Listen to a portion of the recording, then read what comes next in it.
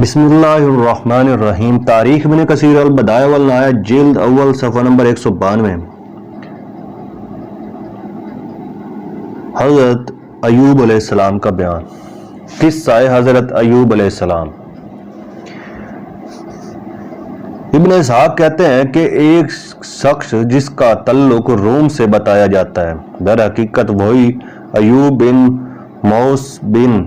زارہ بن S بن اسحاق بن ابراہیم خلیل اللہ علیہ السلام تھے، لیکن کچھ لوگ انہیں ایوب بن موس بن رعویل بن ایس بن اسحاق بن یعقوب بتاتے ہیں، جبکہ کچھ دوسرے لوگوں نے اس کے علاوہ اور کچھ بھی بتایا ہے۔ ابن عسکر کہتے ہیں کہ ان کی ماں لوط علیہ السلام کی بیٹی تھی، اور یہ بھی کہا جاتا ہے کہ ان کے والد ان لوگوں میں شامل تھے جو حضرت ابراہیم علیہ السلام کے آگ میں ڈالے جانے سے قبل ان کے ساتھ ایمان لا چکے تھے۔ سب سے زیادہ مشہور بات یہ ہے کہ ان کا تعلق بھی ذریت ابراہیم علیہ السلام سے تھا، جیسا کہ خود اللہ تعالیٰ کا ارشاد ہے، سورۃ انعام آیت نمبر 84۔ اور ہم نے ان کو اسحاق دیا اور یعقوب، ہر ایک کو ہم نے ہدایت کی، اور پہلے زمانے میں ہم نے نوح کو ہدایت کی، اور ان کی اولاد میں سے داؤد کو اور سلیمان کو اور ایوب کو اور یوسف کو اور موسیٰ کو اور ہارون کو، اور اسی طرح ہم نیک کام کرنے والوں کو جزا دیا کرتے ہیں۔ اور یہی صحیح ہے، کیونکہ اس آیت میں جو ضمیر ہے وہ حضرت نوح علیہ السلام کی طرف نہیں بلکہ حضرت ابراہیم علیہ السلام کی طرف راجع ہے۔ اس کے علاوہ یہ صحیح بات ہے کہ وہ حضرت ایوب علیہ السلام بھی انہی انبیاء میں سے ہیں جن پر وحی الہی نازل ہوئی، جیسا کہ قرآن پاک کی سورۃ نساء میں ہے، سورۃ نساء آیت نمبر 163۔ یقیناً ہم نے آپ کی طرف اسی طرح وحی کی ہے جیسا کہ نوح علیہ السلام اور ان کے بعد آنے والے نبیوں کی طرف کی، اور ہم نے وحی کی ابراہیم اور اسماعیل اور اسحاق اور یعقوب اور ان کی اولاد 2 نمبر اور عیسیٰ اور یعقوب اور یونس اور ہارون اور سلیمان کی طرف، اور ہم نے داؤد علیہ السلام کو زبور عطا فرمائی۔ اس سے یہ بھی ثابت ہوا کہ ایوب ایس بن اسحاق اور ان کی بیوی کے جن کا نام لیا بتایا جاتا ہے بیٹے تھے، لیکن کچھ لوگوں نے انہیں رحمان بنت افرائیم کا بیٹا بتایا ہے، نیز انہیں منشا بن یوسف بن یعقوب بتایا ہے، جو صحیح ترین بات بھی ہے۔ یہی وجہ ہے کہ ہم نے ان کا یہاں ذکر کیا ہے۔ اس کے بعد ہم انشاءاللہ اللہ پھر انبیاء بنی اسرائیل کے ذکر کی طرف آئیں گے۔ قرآن پاک میں اللہ تعالیٰ نے حضرت ایوب علیہ السلام کے بارے میں ارشاد فرمایا، جب ایوب علیہ السلام نے ہمیں پکارا اور عرض کیا، اے میرے پروردگار کہ مجھے بیماری لگ گئی ہے اور تو سب سے زیادہ رحم فرمانے والا ہے، تو ہم نے ان کی فریاد سنی اور انہیں بتایا کہ انہیں کیا بیماری ہے، اور ان کے ساتھ ان کے اہل کر دیے، اور انہیں جیسے اور بھی جنہیں ہماری رحمت بھی شامل تھی، اور ہمارا ذکر عابدین کے لیے ہے۔ نیز سورۃ سواد میں بھی ارشاد ہوا،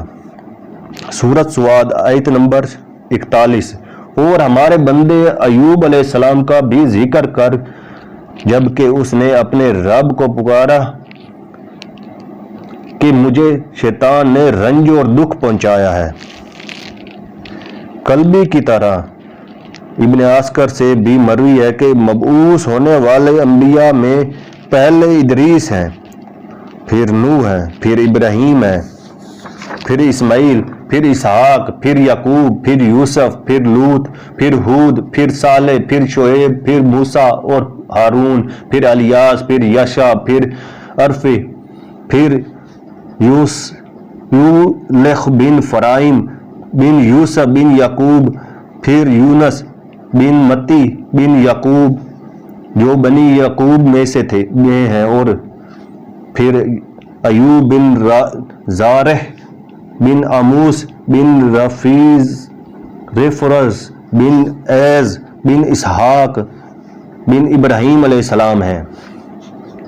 تاریخ ابن کثیر البدایہ والنہایہ جلد اول صفحہ نمبر 193 حضرت ایوب علیہ السلام کا بیان۔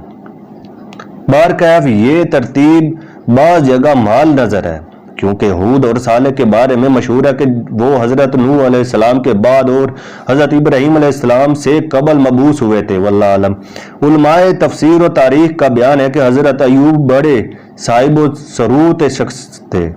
ان کے پاس ہوران کے علاقے بسینا میں بڑا مال و زر، غلام، زرعی زمینیں اور دوسرے بہت سی چیزیں تھیں۔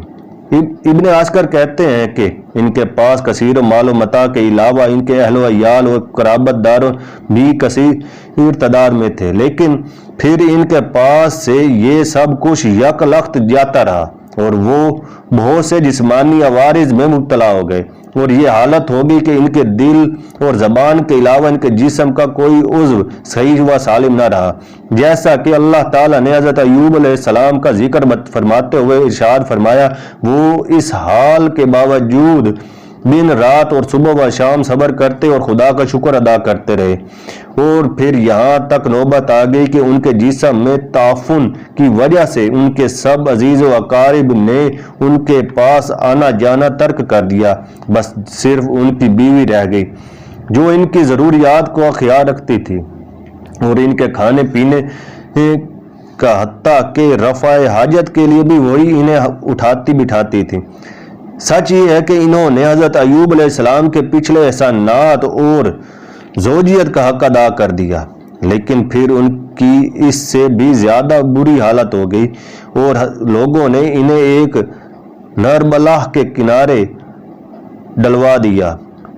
اس زمانے میں بھی ان کی بیوی ہی نے ان کا ساتھ دیا، وہی انہیں بھی کھانا کھلاتی جو وہ ورث پڑوس کے لوگ ان کی بیوی کے لیے لے آتے، اور وہی ان کے جسم سے نجاست و غلاظت ہٹاتی رہتی تھی۔ آخر جب لوگوں سے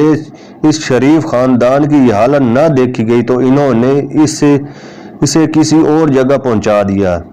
لیکن وہاں بھی وہ اپنے خاوند حضرت ایوب علیہ السلام کو یاد کرتی اور روتی رہتی تھی۔ وہاب بن منبع نے یہ سب باتیں بنی اسرائیل کے اکثر شکا لوگوں کے حوالے سے تفصیلاً بیان کی ہیں، جن کی صحت کے بارے میں اللہ تعالیٰ ہی بہتر جانتا ہے، جبکہ صحیح بخاری کی روایت کے مطابق رسول اللہ صلی اللہ علیہ وسلم نے ارشاد فرمایا کہ دنیا میں سب سے زیادہ مصائب انبیاء علیہ السلام کی برداشت کرنے پڑے، نیز یہ کہ جو دین و ایمان پر جتنا ثابت قدم رہا اسے نسبت سے اسے بلاؤں کا سامنا بھی کرنا پڑا۔ اس روایت کے آخر میں امام بخاری رحمۃ اللہ علیہ فرماتے ہیں کہ حدیث نبوی کے سب سے زیادہ مصادق خود رسول اللہ صلی اللہ علیہ وسلم ہے، کیونکہ اس ایک نسخہ عربی میں لکھا ہے، نمبر 2 ایک نسخہ راضح لکھا ہے۔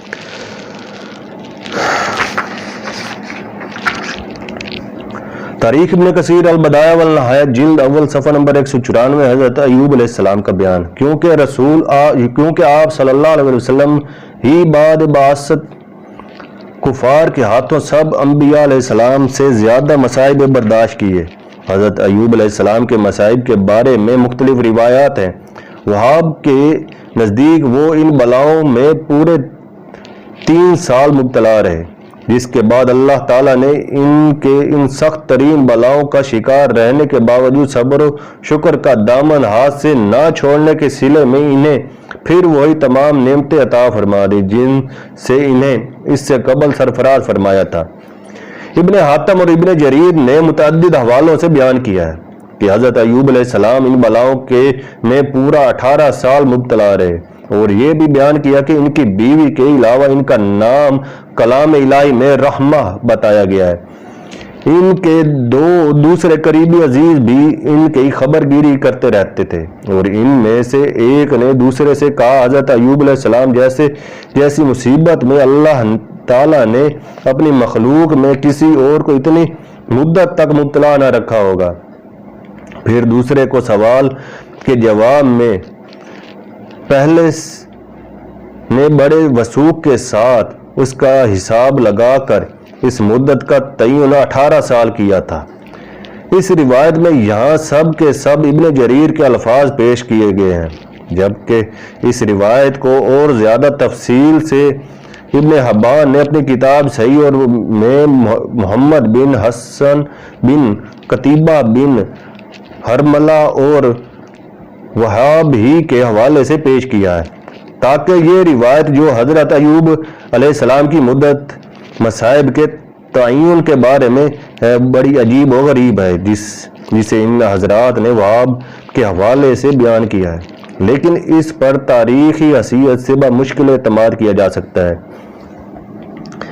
جب حضرت ایوب علیہ السلام کو اللہ تعالیٰ نے ان کی پہلی عیش و آرام کی زندگی پر لوٹایا دیا تو جیسا کہ ابن عباس رضی اللہ عنہ نے متعدد حوالوں سے بیان کیا کہ اللہ تعالیٰ نے ان پر سونے کی بارش فرمائی تھی، اور وہ اس سونے کو اپنے کپڑوں میں چھپا لیا کرتے تھے۔ یہ دیکھ کر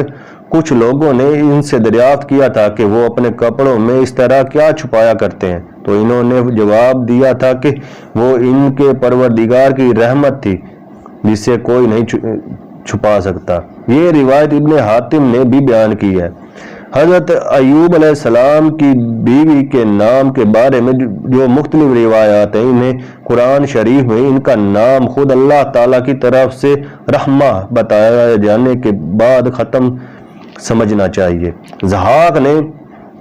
ابن عباس رضی اللہ تعالیٰ عنہ کے حوالے سے بیان کیا کہ حضرت ایوب علیہ السلام پر مصائب کے اختتام اور ان کے صبر و شکر کے صلے میں اللہ تعالیٰ کی طرف سے انہیں ان کی اصلی جسمانی حالت اور امیرانہ زندگی کی طرف لوٹائے جانے کے بعد ان کی بیوی رحمہ کے بطن سے ان کے 27 بیٹے پیدا ہوئے تھے، اور حضرت ایوب علیہ السلام نے ان مصائب کے بعد روم میں 70 سال گزارے تھے، لیکن اس دوران میں ان کے پیروکار اور دین ابراہیمی پر قائم نہیں رہے تھے، اور انہوں نے اس میں بہت سی نئی باتیں داخل کر لی تھیں۔ علماء تاریخ میں ابن جریر وغیرہ بھی بیان کیا ہے کہ حضرت ایوب علیہ السلام کی عمران کی وفات کے وقت 93 سال تھی۔ حضرت ایوب علیہ السلام کی عمر ان کی وفات کے وقت 93 سال تھی۔ تاریخ ابن کثیر البدایہ والنہایہ جلد اول صفحہ نمبر 195 حضرت ایوب علیہ السلام کا بیان۔ لیث نے مجاہد کے حوالے سے یہ روایت بیان کیا کہ اللہ تعالیٰ روز قیامت انبیاء میں حضرت سلیمان علیہ السلام کا نام، زوال سے حصول کمال میں حضرت یوسف علیہ السلام کا نام اور اہل بلا میں حضرت ایوب علیہ السلام کا نام بطور حجت اپنے بندوں کے سامنے بتائیں گے۔ ابن عسکر یہ روایت بیان کرتے ہوئے ان کے مفہوم پر بھی روشنی ڈالی ہے، اور یہ بھی بیان کیا ہے کہ حضرت ایوب علیہ السلام نے اپنے بیٹے جوبل کو وصیت کی تھی، لیکن وہ اس پر عمل ان کے دوسرے بیٹے بشر بن ایوب علیہ السلام نے کیا، اور انہی کو اکثر لوگ ذوالکفل بتاتے ہیں، اور یہ بھی کہتے ہیں کہ انہی کو اللہ تعالیٰ نے نبوت سے سرفراز فرمایا تھا، اور کہا جاتا ہے کہ انہیں بشر بن ایوب نے 75 سال عمر پائی۔ بہرکیف ہم ان بشر ابن ایوب علیہ السلام کا ذکر جنہیں اکثر لوگ نبی اور ذوالکفل بتاتے ہیں سطور ذیل میں کر رہے ہیں۔